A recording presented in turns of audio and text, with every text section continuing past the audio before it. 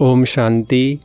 आज की मुरली का सार, अपना सब कुछ ईश्वरीय सेवा में सफल कर भविष्य बना लो, क्योंकि मौत सिर पर है। प्रश्न है, ज्ञान सुनते हुए भी बच्चों में उसकी धारणा क्यों नहीं होती है? उत्तर है, क्योंकि विचार सागर मंथन करना नहीं आता है। बुद्धि योग देह और देह के संबंधों में लटका हुआ है। पहले जब बुद्धि से मोह निकले तब कुछ धारणा भी हो। मोह ऐसी चीज़ है जो एकदम बंदर बना देता है। इसलिए बाप बच्चों को पहला पहला वायदा याद दिलाते हैं, देह के सब संबंधों को भूलो और मुझे याद करो। सुनते हैं मुख्य पॉइंट्स। पहली पॉइंट, अब बच्चों को यह तो अच्छी तरह मालूम है कि बेहद के बाप को ही कहा जाता है बिगड़ी को बनाने वाला। श्री कृष्ण बिगड़ी को सुधार नहीं सकते। गीता का भगवान श्री कृष्ण नहीं, शिव है। शिव बाबा रचेता है और श्री कृष्ण है रचना। स्वर्ग का वर्षा देने वाला स्वर्ग का रचेता ही हो सकता है। यही भारत की मुख्य बड़े ते बड़ी भूल है। श्री कृष्ण को बाबा कोई कह नहीं सकता। वर्षा बाबा से ही मिलता है और भारत को ही मिला था। भारत में ही श्री कृष्ण शहजादा राधे शहजादी गाई हुई है। महिमा ऊंचते ऊंच एक बाप की है। श्री कृष्ण है ऊंचते ऊंच रचना, विश्व का मालिक। दूसरी पॉइंट, तुम जानते हो शिव बाबा ही हीरे तुल्य बनाते हैं। गाया भी जाता है हीरे तुल्य कोड़ी तुल्य।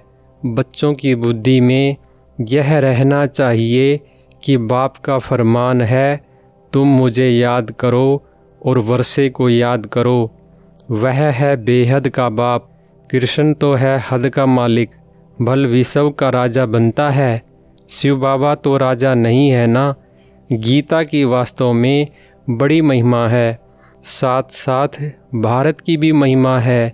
भारत सब धर्म वालों का बड़ा तीर्थ है। सिर्फ कृष्ण का नाम डालने के कारण सारा महत्व उड़ गया है। इस कारण ही भारत कोड़ी तुल्य बन गया है तो ड्रामा अनुसार, परंतु सावधान करना होता है। तीसरी पॉइंट, बाप समझाते बहुत अच्छी रीति हैं। दिन प्रतिदिन गुहिया बातें सुनाते रहते हैं, तो फिर पुराने चित्रों को बदलकर दूसरा बनाना पड़े, यह तो अंत तक होता ही रहेगा। कहते हैं मामेकम याद करो तो विकर्म विनाश होंगे। कृष्ण को याद करने से विकर्म विनाश नहीं होंगे। वह सर्वशक्तिमान तो है नहीं, सर्वशक्तिमान बाप है। वर्षा भी वह देते हैं। मनुष्य कृष्ण को ही याद करते रहते हैं। अच्छा समझो, कृष्ण ने कहा है, वह भी कहते हैं देह के संबंध छोड़ मामेकम याद करो। आत्मा तो बाप को याद करेगी ना। कृष्ण तो सभी आत्माओं का बाप नहीं है। यह सब विचार सागर मंथन कर बुद्धि में धारण करना चाहिए। चौथी पॉइंट, कोई कोई मोह में फंसने के कारण फिर धारणा नहीं कर सकते हैं। तुम गाते आए हो और संग तोड़ आप संग जोड़ेंगे। मेरा तो एक दूसरा न कोई। साहूकार लोगों को भी समझाया जाता है कि अभी मौत सामने खड़ा है। यह सब ईश्वरीय सेवा में लगाओ, भविष्य बना लो। परंतु बंदर मुआफिक लटक पड़ते हैं, छोड़ते नहीं हैं। बाप कहते हैं जो भी देह सहित देह के संबंध हैं उनसे बुद्धि योग हटाओ। पांचवी पॉइंट, तुम कहते हो यह धन बाल बच्चे आदि सब ईश्वर ने दिया है, अब वह खुद आए हैं। कहते हैं तुम्हारा यह धन दौलत आदि सब खत्म हो जाना है। किनकी दबी रही धूल में अर्थक्वेक आदि होगी, यह सब खलास हो जाएगा। एरोप्लेन गिरते हैं व आग लगती है तो पहले पहले अंदर चोर घुसते हैं। जब तक पुलिस आए तो बाप समझाते हैं, बच्चे देहधारियों से मुंह निकालना चाहिए। देह अभिमान है सबसे पहला नंबर दुश्मन। देह अभिमान आने से ही विकारों में फंसते हैं। तुम आधा कल्प देह अभिमानी रहते हो, अब देही अभिमानी होने की प्रैक्टिस करनी है। छठी पॉइंट, बाप ही आकर ज्ञान स्नान कराते हैं। वह तो पानी का स्नान है, उससे सद्गति हो नहीं सकती। यह थोड़ी बातें भी धारण करनी चाहिए। मुख्य जो अच्छे अच्छे चित्र हैं वह बड़े होने चाहिए। जो कोई अच्छी रीति समझ जाए, अक्सर बड़े अच्छे हों। चित्र बनाने वालों को यह बुद्धि में रखना चाहिए। किसी को भी बुलाना है, निमंत्रण देकर कि आकर परमपिता परमात्मा का परिचय लो और भविष्य 21 जन्म के लिए बाप से वर्षा लो। भाइयों बहनों, पारलौकिक बाप से बेहद सुख का स्वराज्य कैसे मिलता है, सो आकर समझो। बेहद के बाप से वर्षा पाना सीखो, इसमें डरने की तो बात ही नहीं। 7वीं पॉइंट, जो पवित्र बनते हैं वही पवित्र दुनिया में आएंगे। जितनी ताकत तुम्हारे में भरती जाएगी उतना पहले आएंगे। सब इकट्ठे तो नहीं आएंगे। यह भी जानते हो, सत्युग त्रेता में देवी देवताएं बहुत थोड़े होते हैं, पीछे वृद्धि को पाते हैं। प्रजा में तो ढेर होंगे। समझाने वाले भी बड़े अच्छे चाहिए। बोलो, बेहद के बाप से आकर के वर्षा लो। जिसको पुकारते हो हे बाबा, उनका वास्तव में नाम ही शिव है। ईश्वर व प्रभु भगवान कहने से यह नहीं समझते कि वह बाप है, उनसे वर्षा मिलना है। शिव बाबा कहने से वर्षा याद आता है।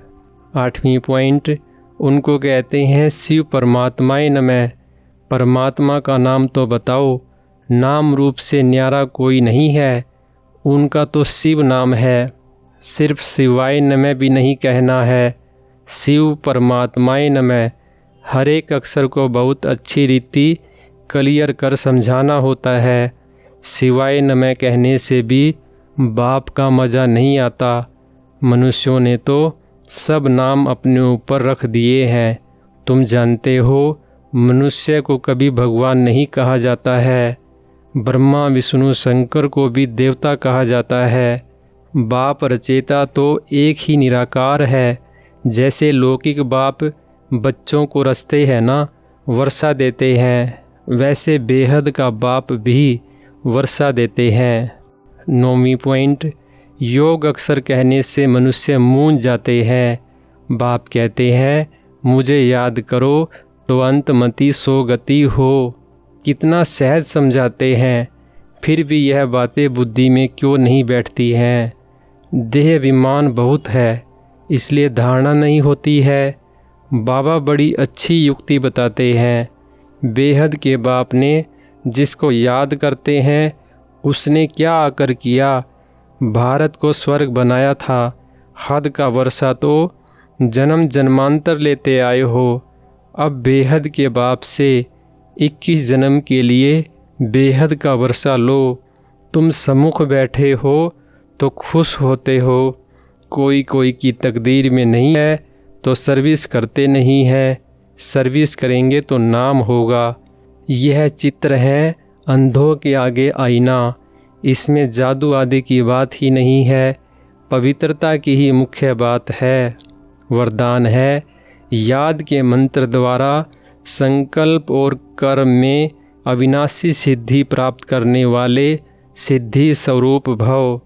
विस्तार है, आप बच्चे ऑलमाइटी गवर्नमेंट के मैसेंजर हो, इसलिए कोई से भी डिस्कस करने में अपना माइंड डिस्टर्ब नहीं करना। याद का मंत्र यूज करना।